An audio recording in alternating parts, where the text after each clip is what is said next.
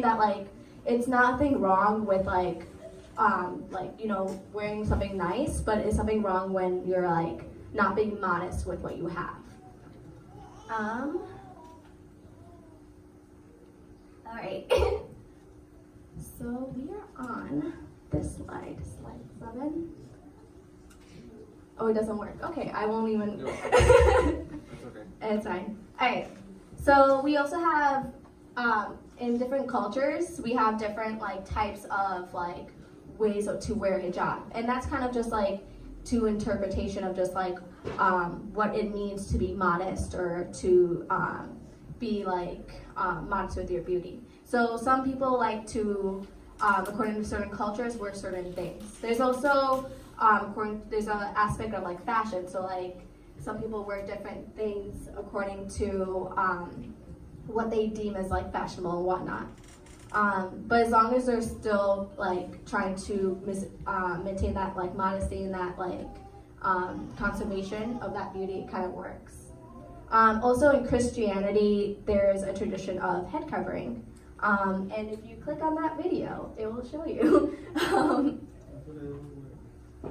Hopefully it will. Can you hear it? Well, I will be that voiceover. So basically, in Christianity, there's like also has been women would cover their hair and veil. Also, this was seen especially in churches.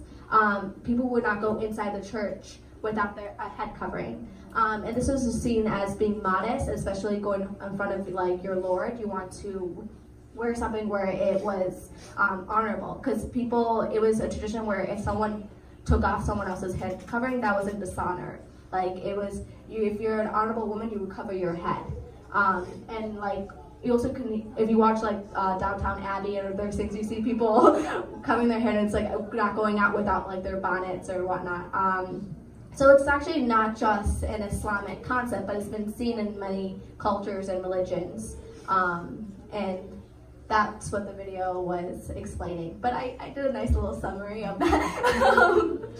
So the next thing that I kind of wanted to address is that in Islam, there is no compulsion in religion. So there shall be no compulsion in the acceptance of a religion. The right course has become cleared from the wrong. So whoever disbelieves and believes in Allah has grasped the most trustworthy handhold with no breaking it, and Allah is hearing and knowing. So basically what this means is that in Islam even states that there's no compulsion. So if you do not want to be a practicing Muslim, there's no compulsion in it. No one can force you to be this. And kind of the same logic with hijab. Like if you want to be like a girl who wears like hijab, it's your choice because it goes along those lines.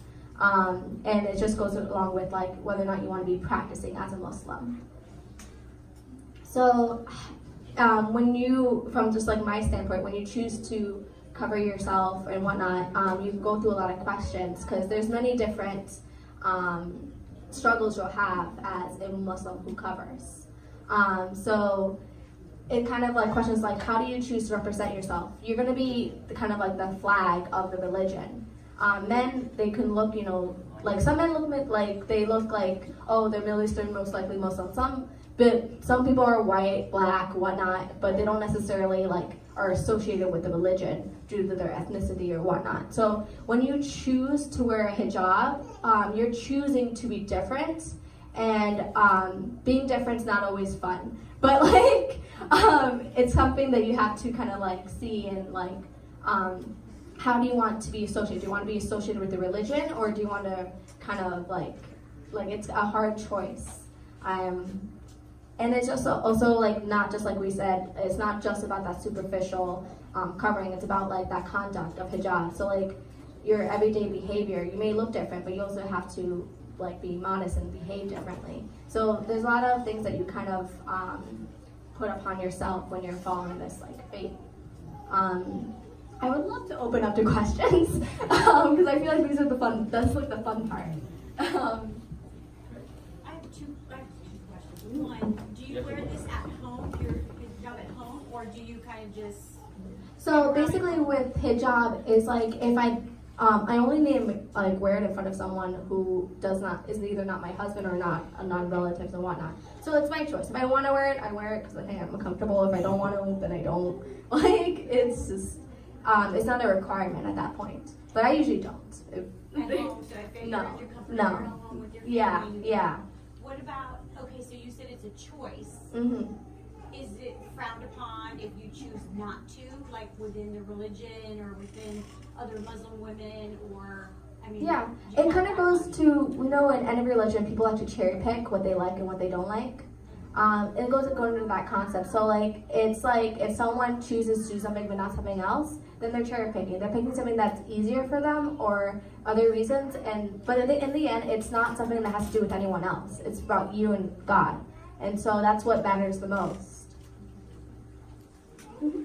What age do girls or women decide or have to make that choice? It's also like when you reach adolescence and you're considered an adult. You're no longer a child. I've seen some pretty young girls wearing it. Yeah. So they, like, They just wear want it. attractive, Yeah, they wanna be exactly. like- It's not required of them. Is it hot? Oh, that's a fun question. It depends on the material. So actually, when you first start like wearing hijab, that's something you usually learn like as you're doing. Like you're like, oh, this material actually feels horrible during the summer. Like, let me not wear this. And sometimes it's like, oh, but this is so nice looking. Like I like this one though. So it really depends on the material, whether it's hot or not. Any other questions? I could throw a fun one for later for the discussion for people to think about. So in some countries, you have a requirement like by law to wear the hijab. So we could talk about that later. I have a fun response for that one. When you enter the mosque. Or yeah, This when is a you're, center, it's yeah. not a mosque, but yeah, or when you're entering the mosque, you're told you have to wear the scarf. So But when you enter into the mosque, do you have to like cover your whole face? So that's like, you know how I showed you that slide with the different cultures? Right. And like, so in different cultures, they say, okay, what's the woman's beauty? I'm like, everything about a woman's beautiful, so like, let me cover everything. But the thing is, like, it's most people that I know of and that I've seen, practically is usually not covering the face. So usually you have the face. There's very few people who are like, this is how I like interpret the Quran is I'm going to cover everything, and that's their choice. I think that it's something fun to like discuss and see like the importance of. Yeah. Oh, I thought it was a question. So, yeah, just I think also just the importance of modesty in general. So, like, what is modesty? Why is that important? Why do we need modesty? Would be a fun thing to discuss after. So I'll go. all right, well, appreciate it. I'll go. Thank you, Sister Amina. We'll have one more topic and then we'll break for prayers and then dinner and then we'll open it for discussion.